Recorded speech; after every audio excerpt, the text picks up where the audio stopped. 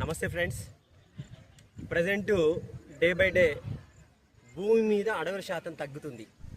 దానివల్ల అడవుల్లో జీవించే జంతువులు మానవులు జీవించేటువంటి ప్రాంతానికి మైగ్రేట్ అవుతున్నాయి. ఎందుకంటే వాటికి ఆహారం లేదు కాబట్టి.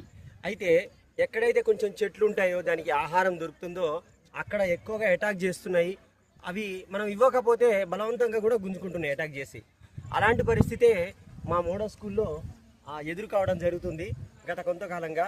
మా ప్రిన్సిపల్ లింగయ్య సారు ఎక్కడ అబ్జర్వ్ చేశారో తెలియదు కానీ ఈ యొక్క రూపాన్ని, అంటే మనకు మంకీస్ దాదాపు కొండంగిని చూస్తే పారిపోతుంటాయి.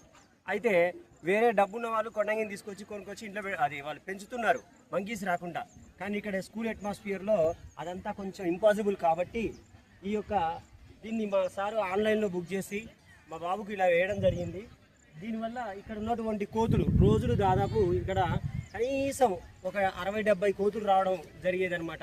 అయితే ఈ రూపం ఉండడం వల్ల దాదాపు కోతులు మాయమైపోయినాయండి. దాదాపు ఇక్కడ పిల్లలందరూ కూడా హ్యాపీగా డేరుగా అందరూ కూడా హ్యాపీగా తినడం జరుగుతుంది.